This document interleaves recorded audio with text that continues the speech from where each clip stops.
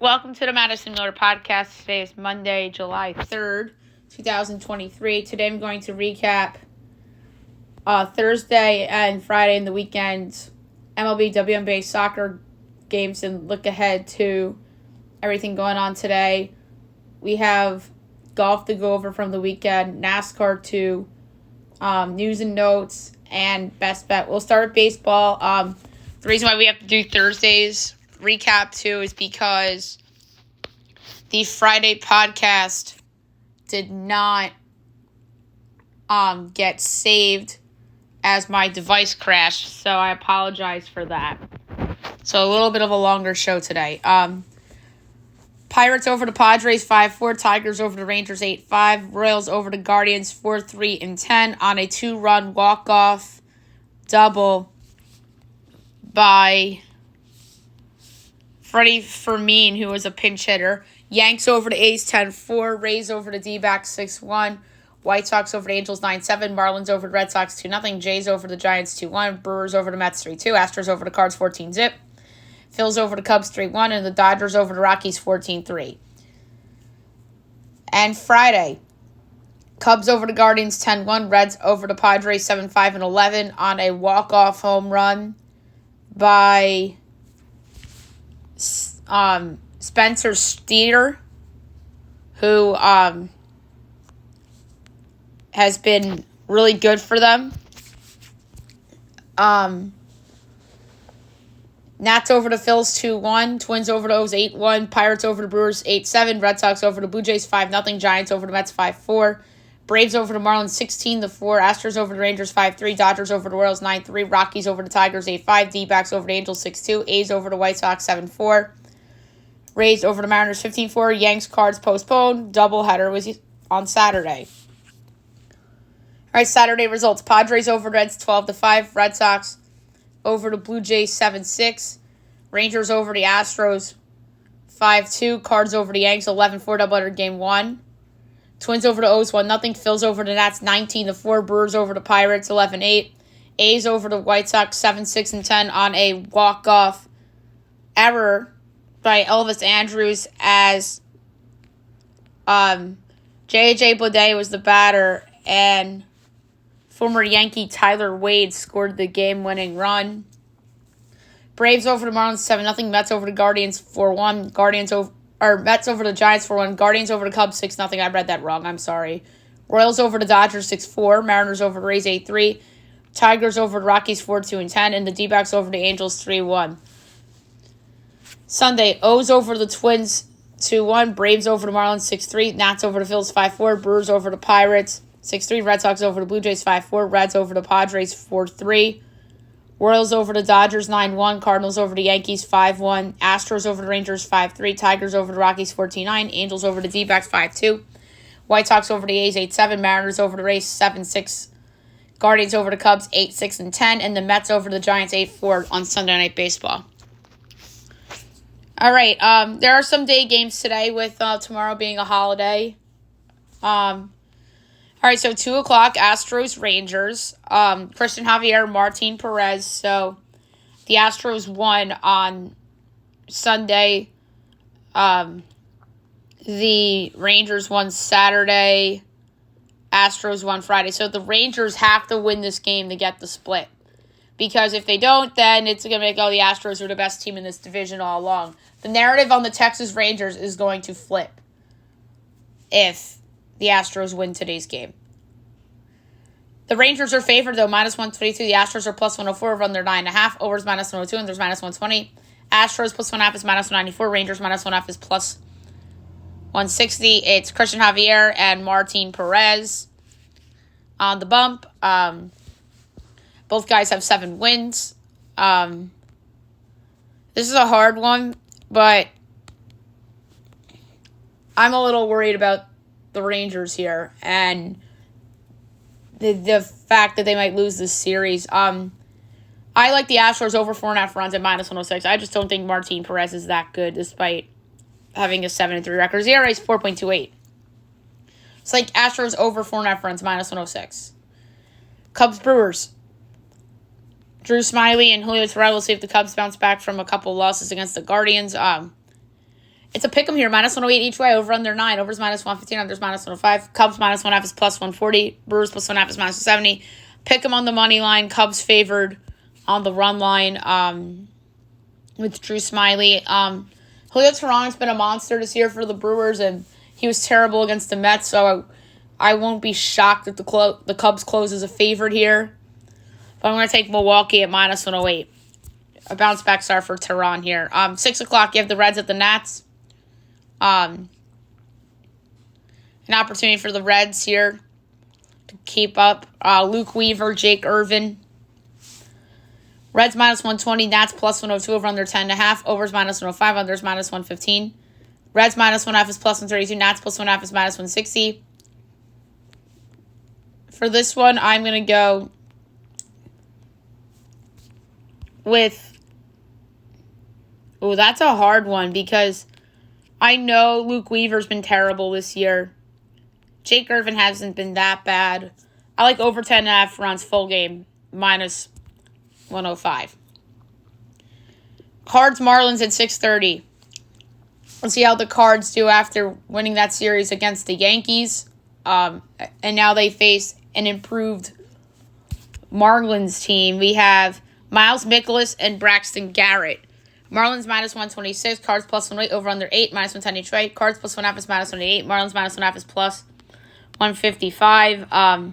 Full game over, I like. 7 o'clock, Orioles Yanks. Tyler Wells, Domingo Germán, big series for the Yanks. We'll see how Domingo Germán does post perfect game. Yanks lose a series for the first time in 2 weeks after winning a couple of series in a row against the Rangers and the A's and the Mariners. So I should say a week and a half. O's are favored, minus 112. Yankees are minus 104, over under 8.5. Overs minus 115, unders minus 105. O's minus 1.5 is plus 146. Yanks plus 1.5 is minus 176. Won't be shocked if the Yankees close as a favorite here because everyone sees the name. It's like perfect game, perfect game. Guess what? Letdown. Give me the O's minus 112. But then again, letdown for Germán doesn't necessarily mean the Yankees might lose because an offense can save a pitcher letdown. But I'm going to take the O's straight up at minus 112. I think that is tremendous value on the second place Orioles. Next up, Braves Guardians. My preseason World Series prediction that's gone completely off the rails. Bryce Edler and Gavin Williams. And I say that because of the Guardians, not the Braves.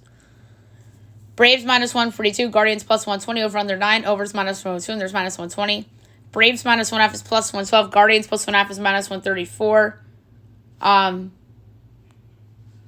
This is an interesting call here. Gavin Williams has actually been pretty good for Cleveland, so I'm going to go under 4.5. Braves runs minus 102. Maybe the Braves win 4-1 or something like that. 8 o'clock, you have the Royals and the Twins. Austin Cox and Joe Ryan. Twins minus 245. Royals 2-1. Over under 9. Overs minus 106. Unders minus 114. Royals plus 1.5 is plus 102. Twins minus 1.5 is minus 122. Joe Ryan was a little off in his last start against Atlanta. I don't think that's going to happen again. And Austin Cox has been pretty solid for KC. So I like under 9, minus 114. 9:40, Fox Sports 1, Angels Padres. Interesting game. You have Ohtani versus Juan Soto. Jaime Barria, Blake Snell. Padres minus 180, Angels plus 152, over under 8. Overs minus 106, unders minus 114. Angels plus 1.5 is minus 137. Padres minus 1.5 is plus 114. I like the Angels plus 152. Barry has been pretty good this year. Rodon back. And this is a Shohei Ohtani bet. And him continuing his hot play.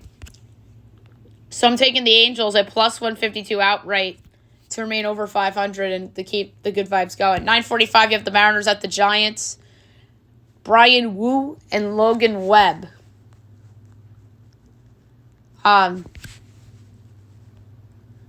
It's weird. It says 9:45 on ESPN at 10:15 on FanDuel. Giants minus 142. Mariners plus 120. Over under 7.5. Overs minus 105. Others minus 115. Mariners plus 1.5 is minus 192. Giants minus 1.5 is plus 158.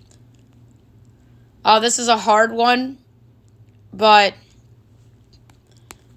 I'm going to go with the full game under 7.5 minus 115. Wu hasn't been terrible lately, and Logan Webb is really good. And last but not least, Pirates Dodgers at 10 o'clock. There is no line posted yet for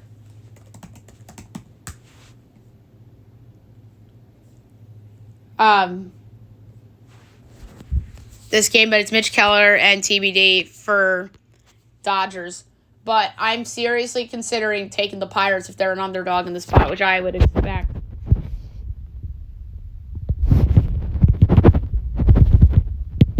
They are.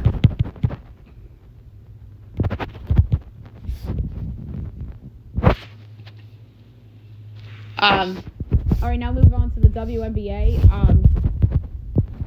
We'll go over everything from the weekend. I'm not sure if there's games tonight. We'll see as we go along. No games until Wednesday for the W. So Thursday's results. Aces over Liberty, 98-81. That was a blowout. Aces are the best team. Mercury over the Fever, 85-63. And the Lynx over the Storm, 99-97 in overtime. Friday, Commissioner's Cup, Dream over the Mystics, 94-89. And the Sky over the Sparks, 86-78. Saturday, Aces over the Sun, 102-84. And the Lynx over the Mercury, 86-76. And Sunday, Liberty over the Storm, 81-66. Dream over the Sparks, 112-84. Wings over the Mystics, 89-72. And Commissioner's Cup, Sky over the Fever, 89-87. So again, no games until Wednesday. So we'll put the WNBA aside until the Wednesday podcast. All right, now we'll do soccer. We have a lot of soccer to get into from the last couple of days.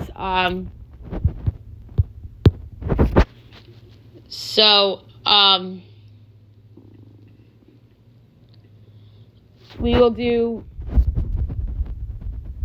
Thursday scores, Friday scores, Saturday scores, Sunday scores, and go over everything today. All right. Thursday, CONCACAF Gold Cup, Qatar and Honduras 1-1 draw. Mexico over Haiti 3-1. Women's friendly, Spain over Panama 7-0. And that was Thursday. Friday results, CONCACAF Gold Cup, Panama over Martinique 2-1. El Salvador, Costa Rica 0-0 draw. Women's friendly, Switzerland, Zambia 3-3 draw. Mexican League, FC Juarez over America 2-1. Mazatlan FC and Pachuca 1-1 draw. And Punas Unam over Tijuana 3-2. UEFA Champions League qualifying. Breidablik over Budućnost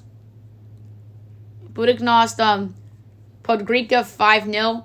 USL Championship, Charleston over Loudoun 3-0. And FC Tulsa over Detroit City FC 3-2. USL League 1, North Carolina FC over Charlotte Independence 1-0. Saturday, CONCACAF Gold Cup, Guadalupe over Cuba 4-1.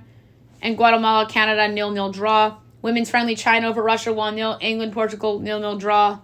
Italy, Morocco 0-0 draw. MLS, Columbus over the Rebels 2-1. FC Cincinnati, New England 2-2 draw.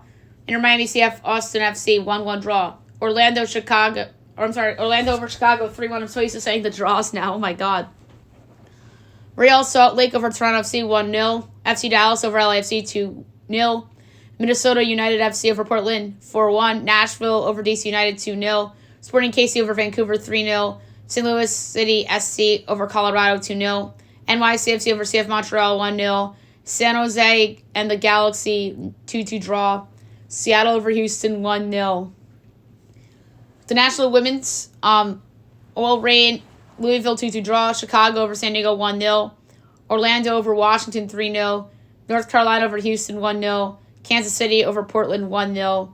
Mexican Liga, Monterrey Atletico 1-1 draw. Tigres Unal Puebla 1-1 draw. And Atlas over Cruz Azul 2-0. Then UEFA under 21 Euro. Israel, Georgia 0-0 draw. And Spain over Switzerland 2-1. USL Championship, Indy San Diego 2-2 draw. Pitt Louisville 0-0 draw. Colorado over Miami FC 2-0. San Antonio FC over Birmingham Legion FC 3-1. New Mexico over El Paso 1-0. Orange County SC over Monterey Bay 3-1. Tampa Bay over Vegas 2-1. Phoenix over Memphis 6-0. Sacramento Rio Grande 1-1 draw. And USL League One Saturday, Greenville over Forward Madison 1-0. Richard over Chattanooga 2-0. Or Richmond. And Union Omaha over Central Valley 1-0. Sunday, CONCACAF Gold Cup, Jamaica over St. Kitts 5-0. U.S. over Trinidad 6-0. So they bounced back after the Jamaica draw a little bit. Honduras over Haiti 2-1. Qatar over Mexico 1-0. Women's International, Brazil over Chile 4-0. Netherlands over Belgium 5-0. And MLS, Atlanta United over the Union 2-0. Wow, that's a big win for Atlanta. National Women's Gotham Angel City 0-0 draw. Mexican Liga Toluca Necaxa 0-0 draw. Querétaro over Santos 2-0. Euro under 21, England over Portugal 1-0. Ukraine over France 3-1. And USL League One, South Georgia over Lexington 5-1. So, top soccer for today. We have Liga MX tonight at 10 o'clock. Between Leon and Guadalajara. I'm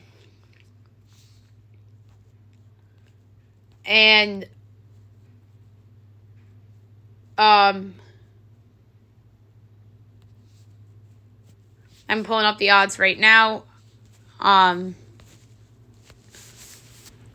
Leon's minus 105, Guadalajara is plus 270, the draw is plus 230. I like Leon here at minus 105. It's good value. At home.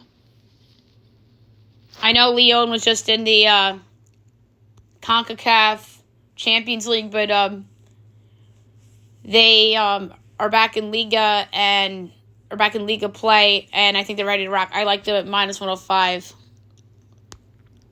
at home here. And I'm going to see if there's any more games of note. USL, tonight at 7:30, you have Loudoun United and Hartford.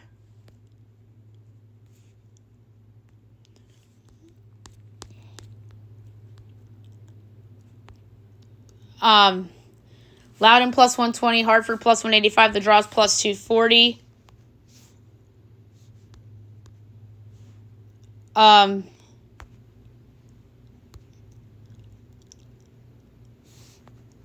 So, for this one, this is a hard one.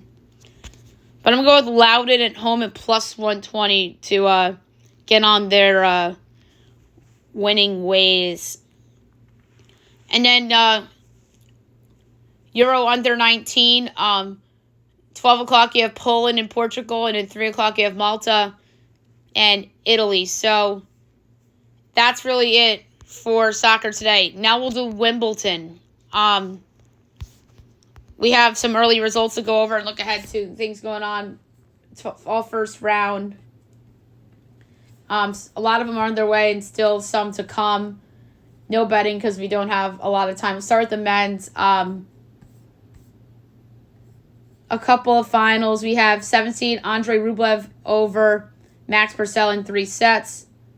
Coming down right now, Aslan Karastev over Luka Van Esch in 4 sets. Marcelo Tomas Vera over Sebastian Baez in 4 sets. And 14 seed Lorenzo Musetti over Juan Pablo Varillas in 3 sets. So going on right now, 4 seed Casper Ruud and Lorenz Lacoli, J.J. Wolf and Enzo Corazad, John Isner and John-May Munar, Liam Brody and Constant Lestain, David Goffin and Fabian Mazaron, Corentin Moutet and Richard Gasquet.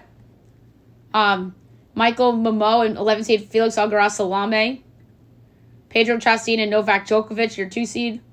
Why is Novak Djokovic still 2? Albert Ramos Vinolas and 17 seed Hubert Hurkacz. Maximilian Martier and Borna Gojo. Jordan Thompson and Brandon Nakashima. Dominic Kofer and Oscar Ott. Michael Ymer and Alex Molcon just getting underway right now. 20 seed Roberto Bautista Agut and Roman Safiullin. 23 seed Alexander Bublik and Mackenzie McDonald. 24 seed Yoshihito Nishioka and Daniel Galan. 26 seed Denis Shapovalov and Radu Albolt. John Chizinski and Dusan Lajovic. Miomir Kekmanovic and Diego Schwartzman. Emil Rusevori and Stan Wawrinka. 19 Taylor Fritz and Yannick Hanfmann. 27 seed Dan Evans and Quinton Halles. Lloyd Harris and Grigor Barreri. Alexander Vucic and Daniel Altmaier. 13 seed Borna Koric and Guido Pela. 18 Jannik Sinner and Juan Manuel Cerundolo. Benjamin Bonzi and Harold Myatt. 29 seed Tomas Martin Echeverry and Bernabe Zapta Morales. And then those canceled, 30 seed Nick Kyrgios and David Goffin and Philip Krajinovic and 11 seed Felix Auger-Aliassime.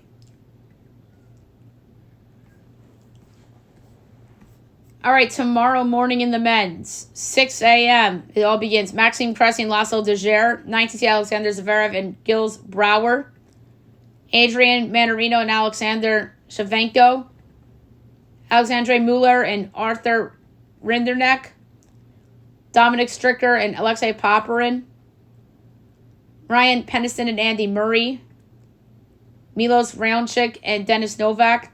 Dominic Thiem and 5 seed Stefano Tsitsipas. 32 seed Ben Shelton and Tyro Daniel. Marco Cecchinato and 25 seed Nicholas Jarry. Mark Huesler and Yusuke Watanuki. Jiri Lekta and Sebastian Offner. 18 seed Francisco Cerundolo and Nuno Borges. Kimmer Koppajeans and 15 seed Alex de Minaur. George Laufenhagen and 6 seed Holger Rune. Matteo Arnaldi and Roberto Cabrera Baena. Ilya Ivashka and Federico Coria. 3 seed Daniel Medvedev and Arthur Frary. 31 seed Alejandro Davidovich Fokina and Arthur Fils. 12 seed Cameron Norrie and Tomas Monach. 10 seed Francis Tiafoe and Yibing Wu. Now at 8 o'clock when the 1 seed Carlos Alcaraz Gaffia and Jeremy Chardy.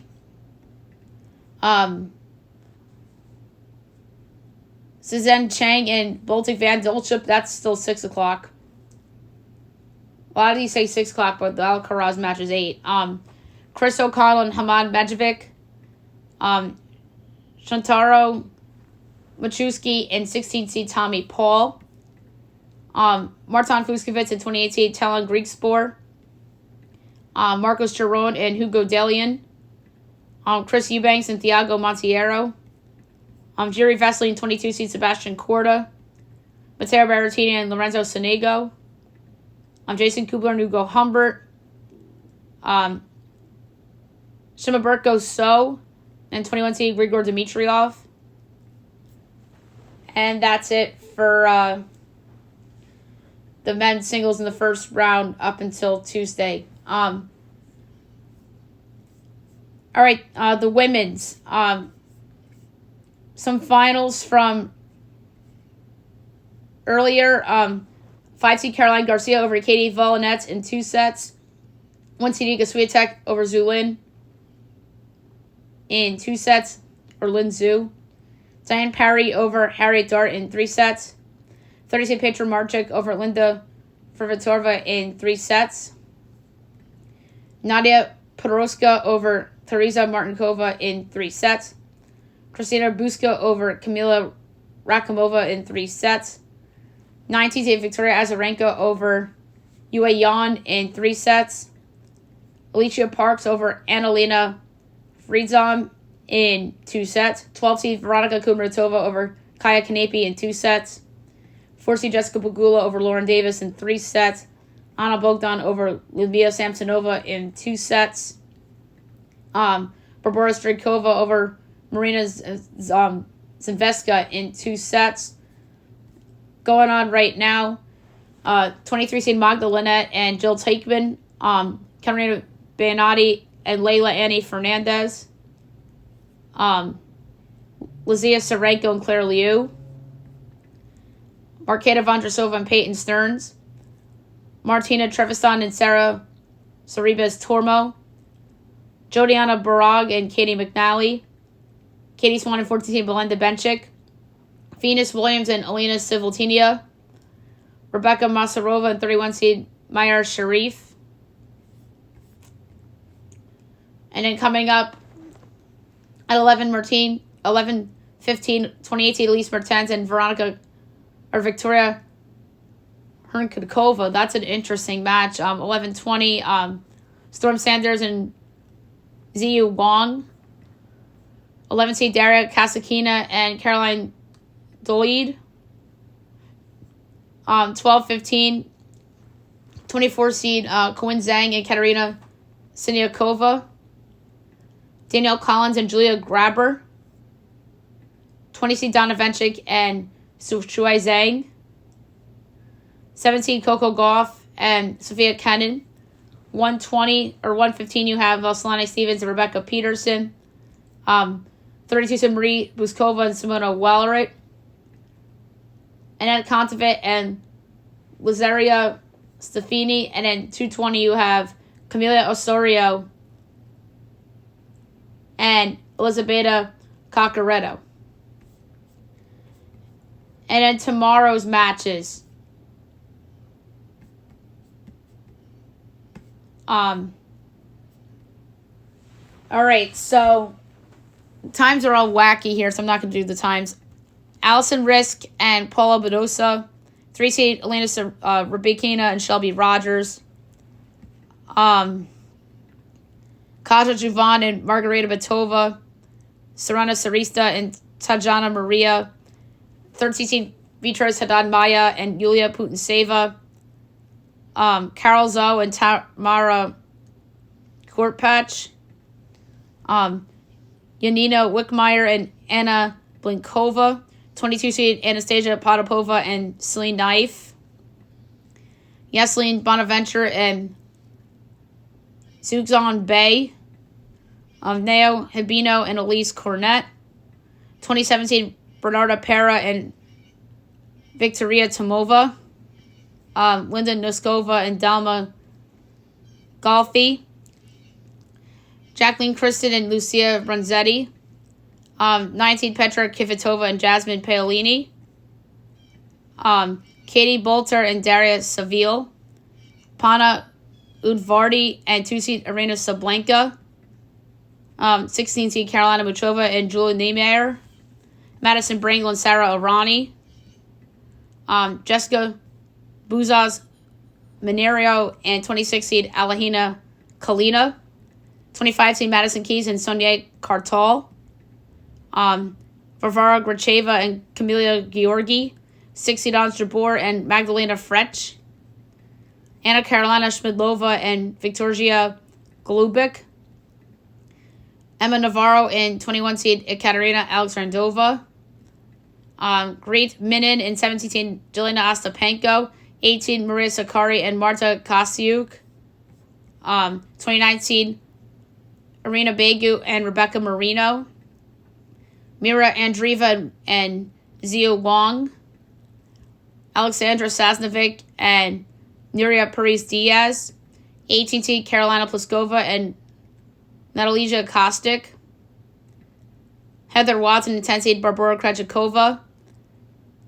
Anna Bondor and Bianca Andrescu, and the canceled match Danka Kovnik and Elise Cornett. All right, the second round of each side begins on Wednesday. All right, now move on to golf. We'll go over the results from the Market Mortgage Classic. There's a 3-way playoff. How about that? Your winner with a score of 24 under, playoff score of 3, Ricky Fowler. Tied for second, total of 24 under, playoff score of 4, Colin Morikawa and Adam Hadwin. Tied for fourth with 21 under, Lucas Glover and Peter Quest. Seventh with 20 under, Adam Schenk. Eighth with 19 under, Justin Lauer. Tied for ninth with 18 under, Aaron Ray, Alex Lorenz, Stefan Yeager, Peter Malnati, Brian Harmon. Tied for 14th with 17 under, Chris Kirk, Taylor Pendrith, and Chen Yuan. 17th with 16 under, Chad Ramey, Cam Davis, that was my pick, Troy Merritt, and Sichigdu. Tied for 21st with 15 under, Keegan Bradley, Nicholas Hojard, and Max Homa. Tied for 24th with 14 under, Victor Norman, Davis Thompson, Dylan Wu, Sanjay MJ Daffey. Tied for 29th with 13 under, Callum Tarrant, Sam Bennett, Chester V, and Brett Stiegmeyer. 33rd with 12 under, Doug Gim, JJ Spawn, Davis Riley, Grayson Higo, Ryan Palmer, Ben Griffin, Jason Hadley. Tied for 40th with 11 under, Sam Ryder, Ludwig Gaber, Kelly Craft, Taylor Cohn, Vincent Willie, Sodi Kodiara, Adam Svensson. Tied for 47 to 10 under, Kevin Tway, Russell Knox, Tyler Duncan, Alex Molly, Bryce Garnett. Now I'm just going to go through notables because of time. 52nd with 9 under, Lucas Dottle, Carson Young, Harry Higgs, Robert Streb. It's actually Carson Young. And Streb's actually in 56 with 8 under with Nate Lashley, Christian Ziedenhout, Nate Watney, Scott Stallings, Brendan Todd, Grayson Sig. Tied for 64th with 7 under, Hank Lebioto, Charlie Hoffman, Seb Straka, Andrew Landry, Ryan Moore. Tied for 70th with 6 under, Robbie Shelton, Sangil No, Martin Laird, Zach Johnson. Tied for 74th with 5 under, Scott Stevens, Danny Willett, Will Gordon, Sungwoo Kim. Tied for 78th with 4 under, Kyle Westmoreland, Matt Wallace, Justin Sue. Tied for 81st with 3 under, Robert Brem, Henrik Norlander. Tied for 83rd with 1 under, Paul Haley and Matthias Schwab. And among those caught Cam Champ, Trey Molinax, Lucas Strickland, Adam Long, Austin Smedler, Lucas Hodges, Dylan Lingworth, Jonathan Bird, Patton Kazir, Mark Hubbard, Kramer Hickok, Bayu Hassler, Ryan Moore, Matthias Schmid, Kevin Roy, James Hahn, Nate Hardy, Webb Simpson, Byung-Gun On, Tom Kim, Nicholas Echevarria, Richie Runsky, Chris Stroud, Brandon Wu, Andrew Novak, Harrison Endicott, Jason Duffner, Scott Harrington, Davis Lipsky, Tony Finau, Joseph Burlett, Dylan Fratelli, Doc Redman, Hideki Matsuyama, Evan Van Ryn, Cam Percy, Harry Hall, Joel Dahman, Alex Badley, Trevor Werblow, Brent Grant, Austin Eckroat, Ben Martin, Max McGreevy, Brant Snecker, Sean O'Hare, Austin Cook, Justin Thomas, Matthew Neesmith, Jimmy Walker, Tomas Dietrich, Michael Glidgick, Taylor Hogue, Zach Blair, Estelonzo Goya, Kyle Stanley, Tristan Alexander, Brian Stewart, and withdrawing was Luke List. All right, so coming up is the John Deere Classic from TPC Deere Run. So I don't think the odds are out for this yet. But if I have to make a bet, just a heads up for the podcast listeners, I would have to make this bet today. I'll explain why in the best bet segment. So,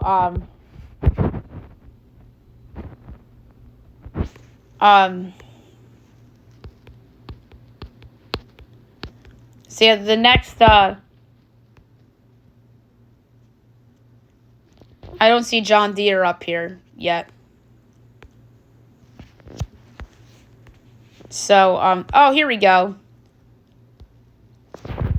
John Deere odds are up, but the tee times are not. So I'd have to make a pick without knowing the tee times, but that's okay. So I'll place my bet for it today, but I'll announce my bet on the Wednesday podcast. All right, now move on to NASCAR. We will go over the results from the weekend. Xfinity from Chicago, your winner was Cole Custer. Second, John Hunt, 30 Mitchak, 3rd. Justin Alger, 4th. Brett Moffitt, 5th. Austin Hill, 6th. Sammy Smith, 7th. Daniel Hemrick, 8th. Chandler Smith, 9th. Parker Kligerman, 10th. Kaz Grella, 11th. Sheldon Creed, the rest. Preston Prodis, Miguel Paludo, Kyle Weatherman, Alex Gannett, Parker Chase, Blaine Perkins, Sam Meyer, Jed Burton, Jeremy Clements, Alex Labb, Saja Karam, Josh Berry, Riley Herbst, Ryan Sieg, Brendan Poole, Anthony Alfredo, Spencer Pumbelli, Parker Retzlaff, Brandon Jones, Ryan Ellis, Brad Perez, Joe Graff Jr., Brent Sherman, Connor Mozak, Josh Williams, Andre Castro, and Justin Marks. And now the Cup Series from Chicago. How about this? Your winner. Let me know if you had this on your bingo card. Shane Van Gisbergen. Holy crap. That's probably the most unexpected winner of the Cup Series so far this year. If I had Jeff Maglicetti on the podcast today, he would tell you the same thing. 2nd, Justin Haley. 3rd, Chase Elliott. 4th, Kyle Larson. 5th, Kyle Busch. 6th, Austin Cindric. 7th, Michael McDowell. 8th, Joey Logano. 9th, Ty Gibbs. 10th, Chris Bouchard. The rest: Denny Hamlin, Eric Almirola, William Byron, Corey LaJoie, Ryan Preece, Eric Jones, AJ Allmendinger, Chris Bell, Todd Goulian, Chase Briscoe, Jeb Burton, Ross Chastain, Josh Belicki, Brad Keselowski, Noah Gragson, Alex Ladley, Daniel Suarez, who was my pick, Tyler Reddick, Kevin Harvick, Harrison Burton, Bubba Wallace, Martin Truex Jr., Ryan Blaney, Ricky Stenhouse, Ty Dillon, Austin Dillon, Alec Bowman. So, next Cup race is Sunday at 7 o'clock in Atlanta. Next Xfinity race, Saturday in prime time in Atlanta. Next truck race is Saturday matinee at Mid-Ohio. So, interesting weekend in NASCAR coming up. All right, now we'll move on to my latest MLB mock draft. We're going to be doing them almost every day this week with the draft coming up on Sunday. So this is my 3rd MLB mock draft. I haven't done an MLB mock in a while because of a lot of NBA and NHL stuff. So without further ado, here we go. Number 1, the Pittsburgh Pirates. Dylan Cruz, outfielder, LSU. It would not be stunning if Cruz is not the pick now because the Pirates may take Paul Skenes, his teammate. Cruz's bat is sensational and hits the ball hard and really does a good job cleaning up the swing and miss concerns he had in the past. 2, the Washington Nationals. Paul Skenes, right-handed pitcher, LSU. The second LSU prospect in the row goes here to the Nats, which would be a great selection for them. Skenes projects to be a top of the rotation starter with an elite fastball that is impossible to hit. 3, the Detroit Tigers. Wyatt Langford, outfielder, Florida. The Tigers here take the talented outfielder in Langford, who could have been a top overall pick in a different year. Langford has the potential to be a 5-tool player with his ability to hit and the approach at the plate he has. 4, the Texas Rangers. Walker Jenkins, outfielder, South Brunswick High School, North Carolina. The first high school player comes off the board here with Jenkins, landing with Texas. Jenkins was a faster runner in the past, but since he got more muscle, so he's just a solid runner now, but he has the good arm strength. 5, the Minnesota Twins. Max Clark, outfielder, Franklin High School, Indiana. The Twins have a history of taking highly touted high school outfielders, and here I have them going with another one. Clark is a double-plus runner and has speed and is big time in the outfield and on the bases and is a line drives hitter. 6, the Oakland Athletics. Braden Taylor, third baseman, TCU. The Athletics go with somebody whose stock rose in the Men's College World Series, and Taylor. He has good bat-the-ball skills and hits to all fields and plays good defense at the hot corner. 7, the Cincinnati Reds. Rhett Lauer, right-handed pitcher, Wake Forest. The Reds take the second pitcher off the board with the ace of the team that was number 1 most of the season. Lauer had a really good delivery, and his changeup is his best pitch. He is a competitive pitcher, and some project him as a mid-rotation guy. 8, the Kansas City Royals. Blake Mitchell, Simpson High School, Texas. The Royals take the first catcher off the board here with Mitchell. He is a solid athlete and is an agile defender and can block and receive well with double-plus arm strength. And if it doesn't work out behind the plate, the bat can get him to play a different position. 9, the Colorado Rockies. Chase Dollander, right-handed pitcher, Tennessee. The third pitcher goes off the board here. Dollander going to the Rockies. Dollander has the potential to be a frontline starter, but his pitch location has been off since his control and command being good. 10, the Miami Marlins. Jacob Wilson, shortstop, Grand Canyon. The Marlins have options here, but Wilson could be too good to pass up. Wilson could end up being one of the better pure hitters of the class, and he barely strikes out. 11, the Los Angeles Angels. Kyle Teal, catcher, Virginia. The second catcher off the board comes here with Teal going to the Angels. Teal has the potential to hit both for average and power and has a chance to stick behind the plate. 12, the Arizona Diamondbacks. Colin Houck, shortstop, Parkview High School in Georgia. The D-backs are in an interesting spot here as they have a loaded farm system and has a chance to go for it this season. So it makes sense to go with the best player available. Houck has raw power, but does swing and miss at times and is an above-average defender that can move the third base down the road. 13, the Chicago Cubs. Arjun Namala, shortstop, Strawberry Crest High School in Florida. The Cubs can go in any direction they'd like, and here I have them taking the shortstop in Namala. He has the arm and range to stick at the position, has raw power to drive the ball all over the field. 14, the Boston Red Sox. Aiden Miller, third baseman, Mitchell High School in Florida. The Red Sox, I feel, should go with the pitcher, but here I have them going with Miller. He has plus raw power with a lot of strength in the bat and could move the first base down the road if third base doesn't work long term. 15, the Chicago White Sox. Jacob Gonzalez, shortstop, Ole Miss. The White Sox are one of the teams that feels likely to take a shortstop here. Gonzalez is a fast-rising prospect that has bat-the-ball skills, but below average speed, which may concern teams from a position standpoint. 16, the San Francisco Giants. Enrique Bradfield Jr., outfielder, Vanderbilt. The Giants are a team that needs some college bats, and here I have them getting one in Bradfield. He has blazing fast speed and projects to be a contact hitter with not a ton of power. 17, the Baltimore Orioles. Houston Waldrop, right-handed pitcher, Florida. Those have a strong and deep farm system, and here I have them taking a solid pitcher in Waldrop. He has a legit 3-pitch power mix with all 3 pitches with a chance to be good, but his command and control is inconsistent. 18, the Milwaukee Brewers. Tommy Troy, shortstop, Stanford. The Brewers have a solid track record with drafting college players. Troy is someone that is fast-rising and has good bat-the-ball skills and rarely strikes out or chases out of the zone. 19, the Tampa Bay Rays. Noble Meyer, right-handed pitcher, Jesuit High School in Oregon. The Rays have a super strong and deep farm system, and here I have them taking the pitcher in Meyer. His velocity is trending upward overall with good arm speed and has a good feel for the strike zone. 20, the Toronto Blue Jays. Thomas White, left-handed pitcher, Phillips Academy, Massachusetts. The Jays are a team that has some prospect recouping to do after trades. White is the top lefty in the class with his good delivery and elite fastball, but there are concerns with his command. 21, the St. Louis Cardinals. Nolan Shanuel, first baseman, outfielder, FAU. The Cardinals go with the college bat yet again here with Shanuel. He has an above-average approach at the plate with walking a lot and not striking out often with being a good hitter. 22, the Seattle Mariners. Matt Shaw, shortstop, Maryland. The Mariners could go in any direction they'd like to with their pick. Shaw can play anywhere in the infield defensively with the thought of him ending up at second, but it'll be the bat that would get him drafted in the first round. 23, the Cleveland Guardians. Colt Emerson, shortstop, third baseman, Glen High School, Ohio.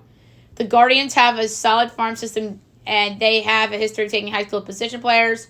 Emerson plays both left infield positions very well and is advanced at hitting hard contact for a high schooler. 24, the Atlanta Braves. Bryce Eldridge, first baseman, right-handed pitcher, Madison High School in Vienna, Virginia. The Braves farm system needs some reinforcements, and here I have them taking the two-way standout in Eldridge. On the mound, he has 3 above-average pitches and decent velocity, and at the plate, he has serious raw power. 25, the San Diego Padres. Dylan Head, outfielder, Homewood Flossmoor High School in Illinois. The Padres are a team that has some recouping to do in the system after some of their big recent moves. Head has a gap-to-gap approach at the plate, but gets pull-happy at times, and his speed is electric. The 26, the New York Yankees. Sammy Stafora, shortstop, Powness High School in New York. The Yankees here take yet another local high school shortstop in Stafora. He drives the ball to all directions and is a plus runner that can stick at shortstop long term. 27, the Philadelphia Phillies. Chase Davis, outfielder, Arizona. The Phillies here go with the college bat here in Davis. He has raw power and drives the ball to all fields. He has great speed, and he fits the Phillies ballpark and their minor league ballparks very well. And 28, the Houston Astros. Yohandy Morales, third baseman, Miami. The Astros here take a fast-rising college bat in Morales. He's an aggressive hitter that drives the ball to all fields, and he has a strong arm at the hot corner. So, there you have it for the latest mock draft. Now I'm going to move on to the news and notes for today. We have a lot to get to. I apologize because I don't remember all the news and notes from Thursday. A lot of it was probably NBA free agency related that's now irrelevant.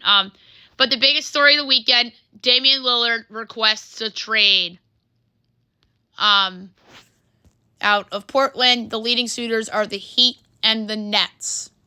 All right, this was bound to happen after the Blazers did not trade the number 3 pick for significant talent to go around Damian Lillard. This trade request probably happened earlier last week, but the Blazers didn't make it public until after free agency for some reason. But the question is, do they have to trade Dame? No, Portland can say, hey, we'll stick you here and we'll look for a better offer in February. So the Heat would have to give up Tyler Herro, but like in a third team to, Brooklyn. And then they have Nikola Jovic, Jaime Jaquez's rights, and a couple of picks down the road for Lillard. That's not enough. Brooklyn.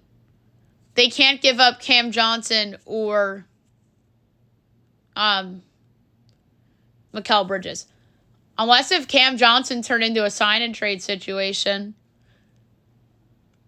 And then they would have to give up, say if both of those guys are off the table, Nick Claxton, a bunch of picks, including the 2 guys that they drafted last week. And then Brooklyn would have to take back Nurkic's contract. So I could see that being a possibility. Philly with the 3-way with James Harden. And that's what the big news was from Thursday, that James Harden also requested a trade after he opted into his contract. Maybe it's a 3-teamer. The Clippers get James Harden. The Sixers get Lillard. And then Portland gets a combination of players and picks. And maybe Norm Powell goes to Philly in the deal. Maybe Nurkic gets dumped onto the Clippers. So, there's working pieces around both guys in the same trade. Except Portland gets all the young guns and picks, and maybe Maxi's in it. But we'll see. But that's the biggest news of the weekend. For sure. So some more free agency stuff and trades. The Knicks traded away Obi Toppin to the Indiana Pacers for 2 future second-round picks. I love this deal for Indiana. They get a guy that was being blocked by Julius Randle, and now he gets to go to Indiana, play with a good point guard in Tyrese Halliburton. And the price is only 2 second-round picks for a guy that was picked 8th overall in the draft that fell to the Knicks.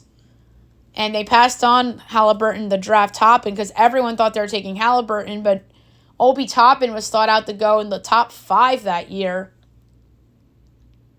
And my theory is that if a severe talent falls to you, you have to take them. And I applauded the Knicks at the time for doing that.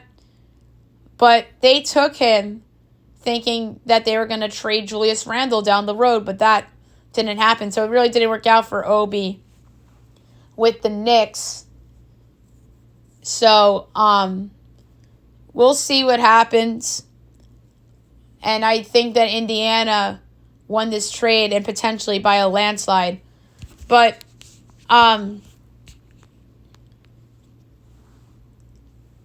Then New York goes out and signs Dante DiVincenzo to a 4-year, $50 million deal, so they use the mid-level on him.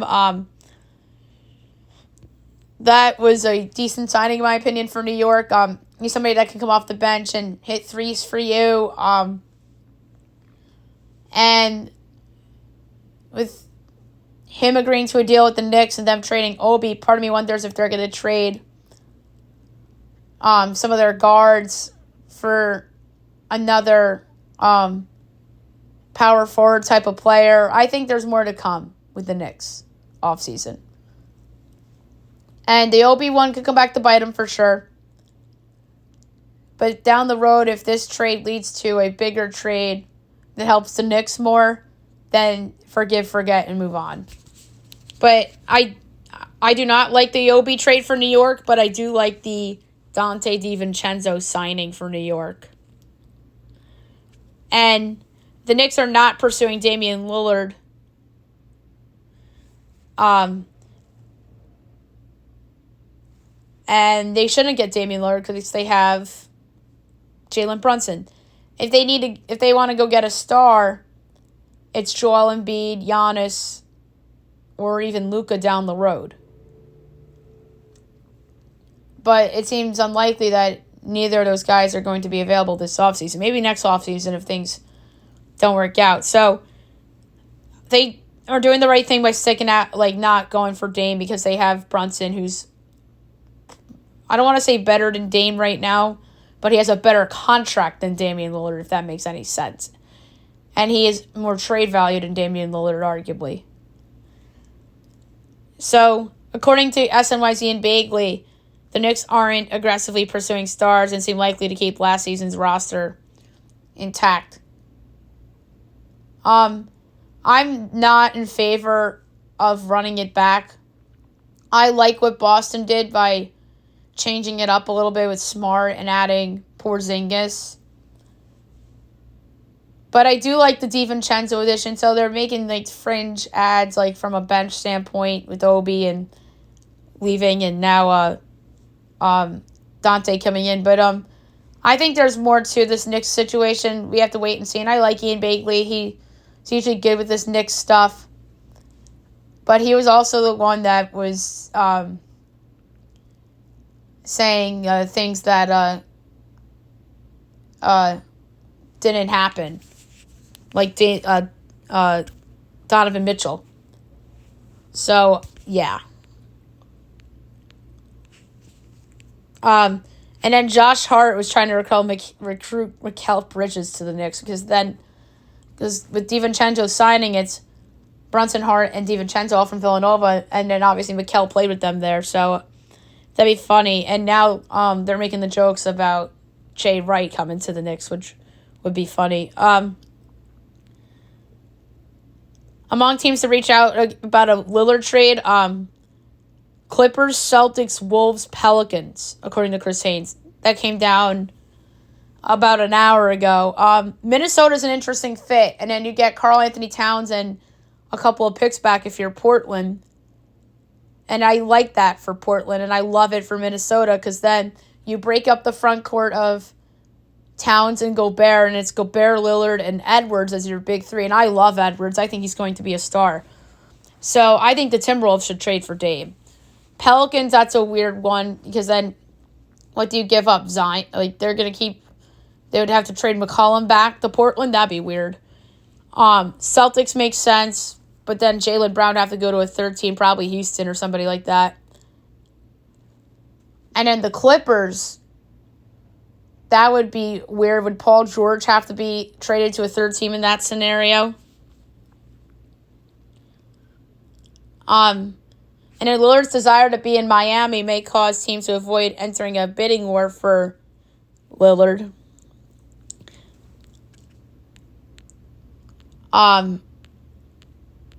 And then the Jazz are in the mix for Dame too. That would be an interesting destination. They have a ton of picks, and you pair him with Markkanen and Kessler, and Dame could be the piece that can get them to the next level. So that could be an unexpected contender if he were to land in Utah. And then San Antonio, same thing. You put him with Wembanyama And that group there with Popovich. And then the Dame trade would almost certainly include another team if it was Portland and Miami. And then the Harden price is extremely high, and then the trade can involve Lillard. We talked about that already. And Tyler Herro removes Miami Heat following trade speculation. All right, other free agency stuff from the weekend.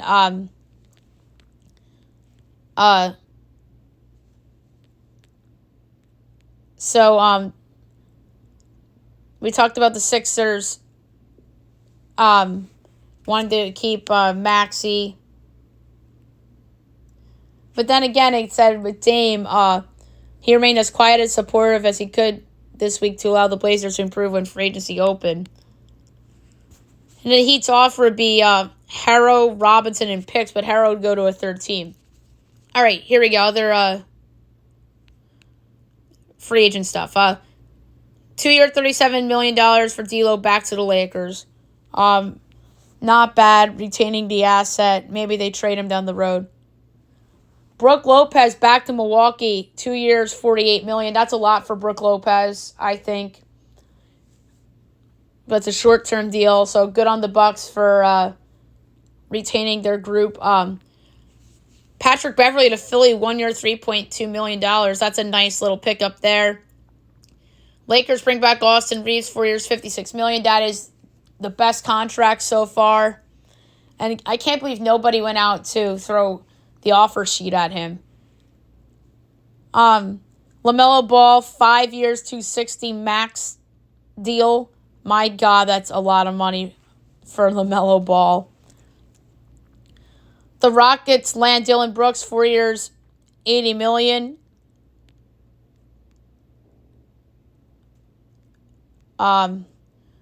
So that's a crazy signing. They have him and Van Vliet now to their young core.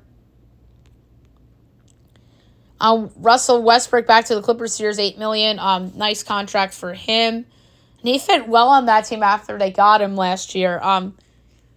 KJ Martin to the Clippers for 2 future second-round picks. So that's the same package as Obi Toppin. I like that pickup for the Clippers. KJ Martin's an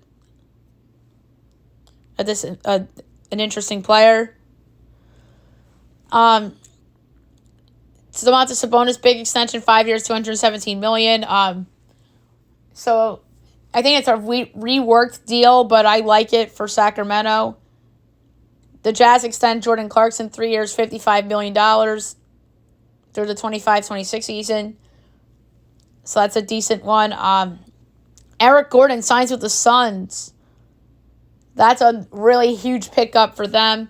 Lonnie Walker, 1 year deal with Brooklyn. Miles Bridges signs the 1 year, $7.9 million qualifying offer, so he becomes a UFA next year. So that's wild. The Thunder acquiring Patty Mills from Brooklyn as they receive draft compensation to take on his $6.8 million in a larger deal with the Rockets and the Grizzlies. So this is going to be involved in the Dylan Brooks sign-and trade. So part of me wonders if Patty Mills is going to be shipped to Memphis. Is it like OKC would be like the OKC spot, and he goes to Memphis for Dylan Brooks in a 3-way deal. Marcus Smart says he was asleep when the Celtics traded him. That's funny. NHL free agency. We'll get to in a second. More basketball stuff. Josh Hart commits to the 12-man FIBA World Cup roster, so that's the final spot. Going to Josh Hart. The Bulls apply for the disabled player exception worth $10.2 million for Lonzo Ball, who's expected to miss next season.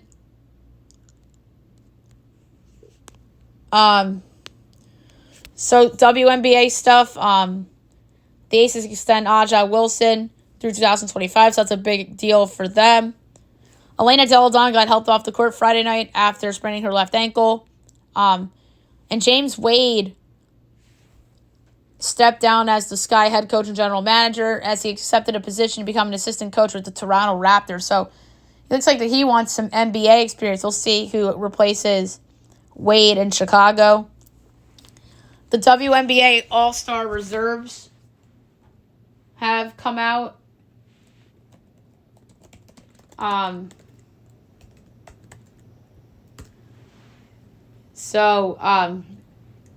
The 12 reserves are as followed. Alyssa Thomas, Elena Delle Donne, Courtney Vandersloot, Nafisa Collier, Dewana Bonner, Kalia Cooper, Sabrina Ionescu, Kelsey Plum,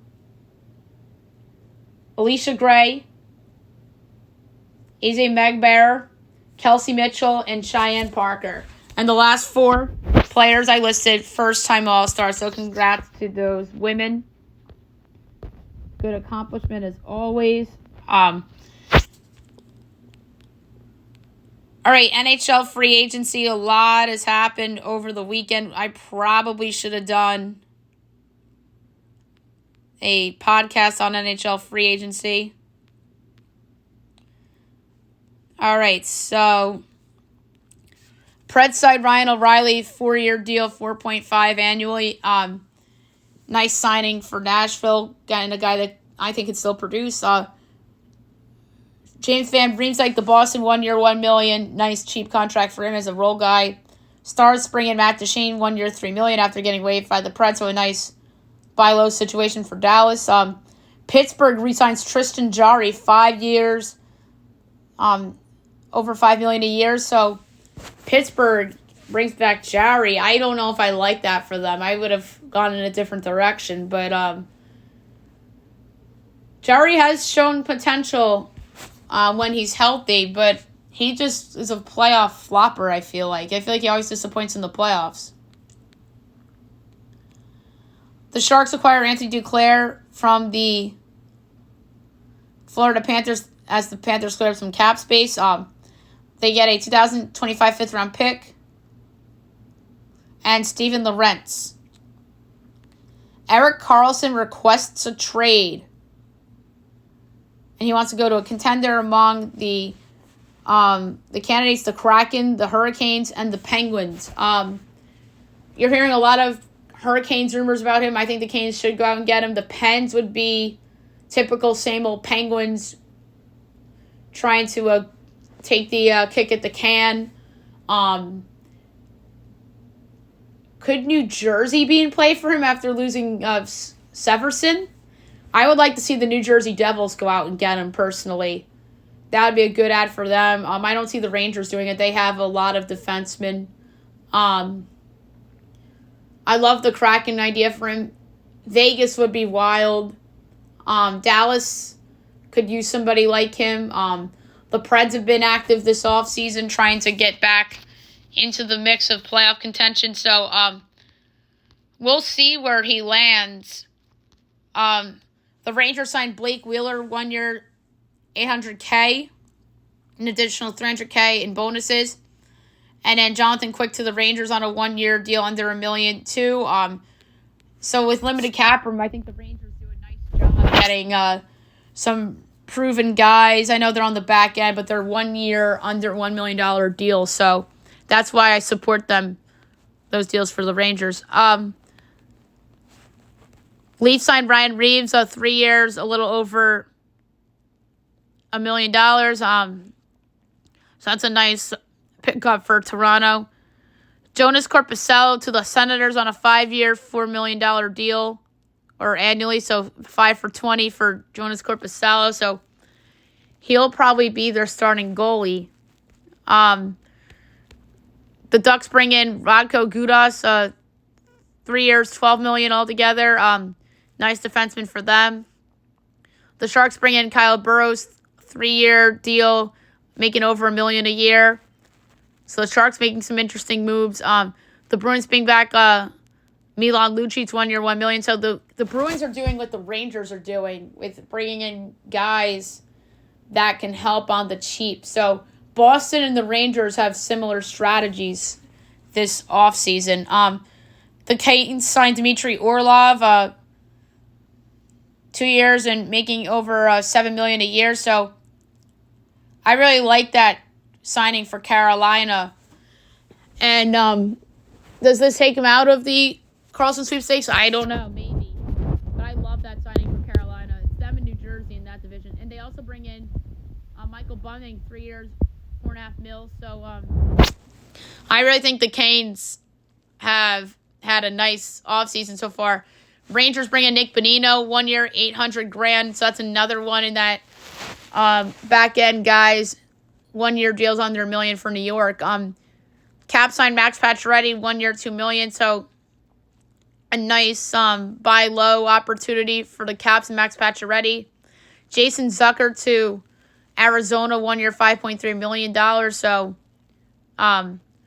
that's a guy that could be on another team in the spring contending for a cup if it doesn't work out in Arizona.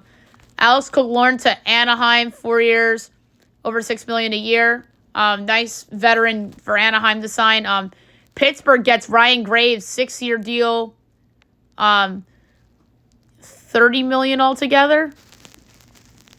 $25 million altogether.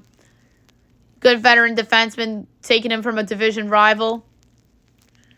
Ilya Sorokin to get a 8-year, $66 million deal, which will go into effect in the 24-25 season. So good on the Islanders for locking up their goalie long term. So the Rangers, meanwhile, Igor Shesterkin's a free agent after 24-25, so they have to get a deal like that done. So the Islanders set the bar here with that one. I think Shesterkin will probably make more.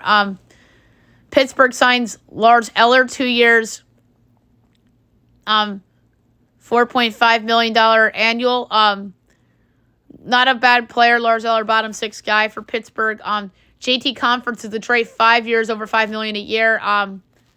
Good forward for them. They bring in Alex Kerfoot to Arizona, 2 years, $3.5 million. So that's a nice player for them as well.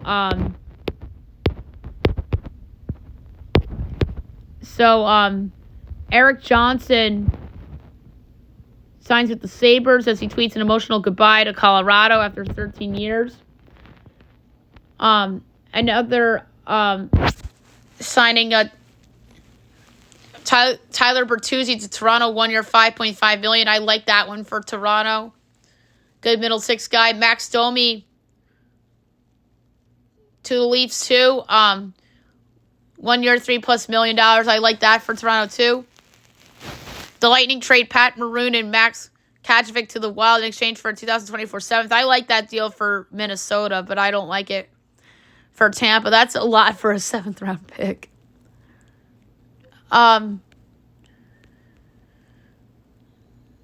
So we have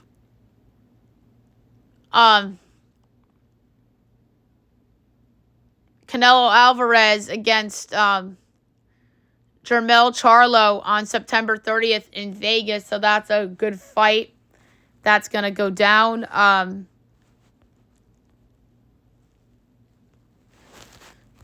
So San Diego State is staying in the Mountain West after it was rumored that they wanted to leave and go to the Pac-12. Aronson to play for Union Berlin on a loan from Leeds, so that's a big deal in soccer. Scoot Henderson said he would love to play with Dame, but is ready to be the face of the Blazers. Jordan Mailata got married over the weekend, and he showed off his vocals at his wedding. He is the best singer in the NFL, and he was on The Masked Singer, and at the time, I kind of questioned The Masked Singer for pulling him on, but it looked like it was the right decision. Now looking back, because he wasn't that big of a star back then. He was well known in Philadelphia then, but now he's well known around the NFL. So that is a fun moment for him. Pete Alonso, Randy Arozarena, and Mookie Betts are all going to be in the home run derby, and Julio Rodriguez, obviously. So we'll see if anybody else will join in. Yankees will get Carlos Rodon back on Friday against the Cubs at home. So that is a big deal for New York as the Yanks get an important player back. And that puts, in my opinion, Luis Severino on the hot seat if Rodon stays healthy from a playoff standpoint. He's been their worst starter this year, Severino, and he had, 2 good starts this season after coming off his injury, and then he was terrible against the Dodgers, he was terrible against the Cardinals, and he's been terrible pretty much all season. So he will not be pitching a postseason game for the Yankees, especially if Rodon comes back and is the guy that the Yankees think he is, which he'll be better than Severino, no doubt about it. The AL and the NL All-Star reserves are out for the MLB All-Star game. We're going to go over those really quickly.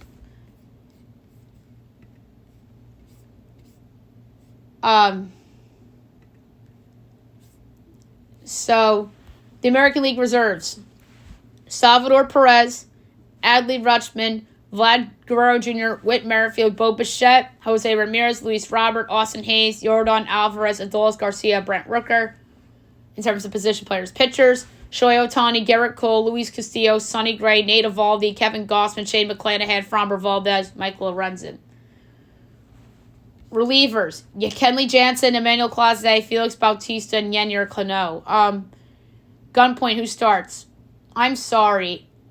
It's probably going to be Shohei Ohtani out of pure favoritism around the league. So I'd be surprised if it's not Shohei Ohtani, although he's not the person that should be starting the All-Star game because he's the biggest star in the league right now with Aaron Judge hurt. And he's been the best player in baseball, period. So you can argue he should start it, but I personally think it should be Shane McClanahan of the Rays because of how good the Rays have been this year. You could talk me into Garrett Cole, but even he's fallen off a little bit after a good April. Sonny Gray's been awesome. Nate Eovaldi's on the Rangers. They're great. But I think it should be Shane McClanahan of the Rays, but it's going to be Shohei Ohtani because he's Shohei Special Ohtani. And he's all that. So, he's the full package, as we know. So, just because of the narrative and because of the special season he's having, he'll probably be it. National League reserves, Will Smith, Elias Diaz, Matt Olson, Ozzie Albies, Austin Riley, Dansby Swanson, Pete Alonso, Lourdes Gurriel, Nicholas Castellanos, Juan Soto, Jorge Soler. Starters, Zach Gallen, Spencer Strider, Bryce Adler, Justin Steele, Mitch Keller, Josiah Gray, Clayton Kershaw, Marcus Stroman, and relievers, Alexis Diaz, Josh Hader, Devin Williams, Camilo Duvall. The starter in the All-Star game this year should be Zach Gallen because of how good the D-backs have been. But let's face it, just like Ohtani, from a favoritism standpoint, it's probably going to be Clayton Kershaw because he's the big name. He's a Dodger. You know the deal. It should be Zach Gallen, but I think it's going to be Clayton Kershaw because of the favoritism he gets within the media. Same with Ohtani. But Ohtani's having a better, arguably, Clayton Kershaw's having a better pitching season than Ohtani, but Ohtani is Ohtani and Kershaw's Kershaw, and both those guys are probably going to be the starters of the All-Star game. All right, Carlos Correa talked about the Giants and Mets situations from the offseason. He says it's easy to move on after failed offseason deals. I haven't even checked their box score. My God. Coming down from Elliott Freeman right now, by the way. Detroit has put Philip Zadina on waivers. Yikes. Failed lottery pick yet right there. The Cubs won't offer Marcus Stroman an extension yet and will not extend him before the trade deadline, but it will hinge on him remaining in contention. I I think he's going to be traded if they fall out of it, and I think he can help anybody. I don't think the Cubs would trade in division because the Reds need pitching, but I think he'd be a great fit there. I think he'd fit well in the Diamondbacks. I think the Twins could use him. I think the Angels would be a wonderful fit for Marcus Stroman. That's who they should trade. They should trade him to the Angels if the Angels are still in it. The Cubs, if they fall out of it, should trade him to the Angels. The Rangers acquire Aroldis Chapman from the Royals for lefty Cole Reagans and outfielder Ronny Cabrera. Aroldis Chapman's been pretty good this year for the Royals, so the Royals cash in and get 2 prospects for him. A lot of people don't like this trade for the Rangers. I don't really hate it right now, but it could bite them in the butt if he's terrible, like he's been with the Yankees in their postseasons. So, we gotta keep our eyes on that. And then the Giants, the New York Football Giants, are hopeful for Saquon Barkley. There's some level of optimism that both sides can reach a contract extension agreement before the July 17th deadline. So that is good news for the Giants. Before we get into best bet, one more news and notes. We have the ESPN cuts that took place on Friday. I think that they really laid the hammer with some of the big names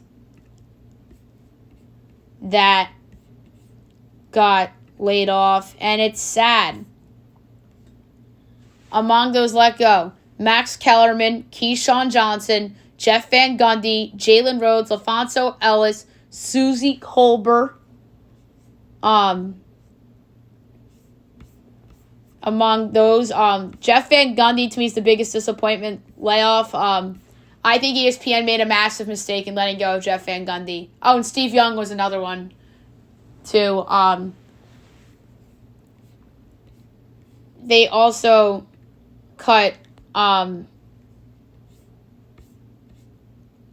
June Lee, a baseball reporter, Ashley Brewer, their LA reporter. But Jeff Van Gundy, very disappointed to see him go. That's to me the saddest one. And I think Jeff is going to be highly thought of after with all these networks to bring him in as like a lead analyst. I think he's going to end up on TNT. That's my prediction. I think he'll end up on TNT with his brother and with Reggie Miller, and I think he will be the lead analyst on TNT. And I think his partner should be Ian Eagle. If I'm TNT, you remake your roster and make Jeff Van Gundy and Ian Eagle your number 1 broadcast team. That would be amazing. I think they would have good chemistry together because I think Ian and Jeff can work with anybody. And I like the fit of Jeff on TNT with Ian Eagle. And then your number 2 team be Kevin and Reg, just like back in the day when it was Marv and Steve as the top team. And then your 3 team will be Brian and Stan, and then Stan can come in and do games with Jeff and games with Reggie sometimes.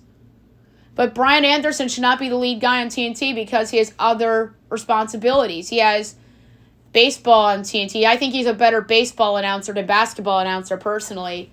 And he has the Brewers. He does NFL, if I'm not mistaken. He does college sports, if I'm not mistaken. So Brian Anderson's a busy man. He should not be the lead guy. It should be Mr. Ian Eagle. I know Ian Eagle has a lot on his plate too, and so does Kevin. But if Ian's going to be the lead voice of the NCAA tournament going forward, and he should be Turner's lead voice for the NBA too. And I think he's wonderful. I think he's the second best local announcer in the business from like a 30-team standpoint. It's him and Mike Breen are your best 2, ironically enough, because that's Jeff's old partner and maybe his future partner in TNT if my prediction comes true. So that's that. And then the other option for Jeff, that I think is realistic, is MSG. Clyde Frazier's getting old. He has cut down his travel schedule. And then he's reunited with Mike Breen, most importantly. And I think that MSG is very likely for him. Or he goes to Root Sports in Houston and does the Rockets, maybe, because he lives in Houston. But I think, if anything, it would be TNT and maybe occasionally on MSG to do some games with Mike Breen. So that would be pretty cool. Jalen Rose, a longtime ESPN analyst. He's been there just as long as Jeff Van Gundy. Obviously on Countdown, and he was on Get Up with Greeny for a little bit. So maybe Jalen goes to TNT as a studio guy. So it's going to be interesting to see what happens with Jalen. Steve Young's a big loss for ESPN for their football coverage. So is Matt Hasselbeck. He was also cut. So three big losses for Monday Night Football. It's those two and Susie Klober, who is the outstanding host of the Monday Night Football pregame show. So really sad day at ESPN. And there's some other guys. David Pollack of Game Day also cut, and I like David Pollack. Pat McAfee is going to be on Game Day full time. And Pat McAfee's kind of in an ESPN takeover mood right now. Obviously, friend of the show, George Brew, is close with Pat McAfee. So maybe I'll get George on to talk a little bit about Pat when the time comes for his show to be on ESPN full time. So that's that. So the other thing that my takeaway from David Pollack being cut, that means Lee Corso is not close to retiring. So that is a small silver lining in that, because there was speculation that McAfee was going to replace Corso, but really he's kind of replacing David Pollack on that show, who was always on the desk with Reese Davis and Kirk Herbstreit and Desmond Howard and Corso. All right, best bet of the day brought to you by FanDuel. I know this was a long one today. I had to talk about the ESPN cuts, obviously, because that was a big deal. So best bet today, I am going to go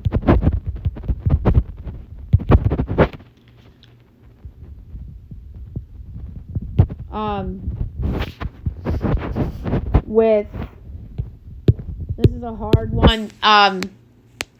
God, I love the Orioles against the Yankees, but I really don't have the balls to do it.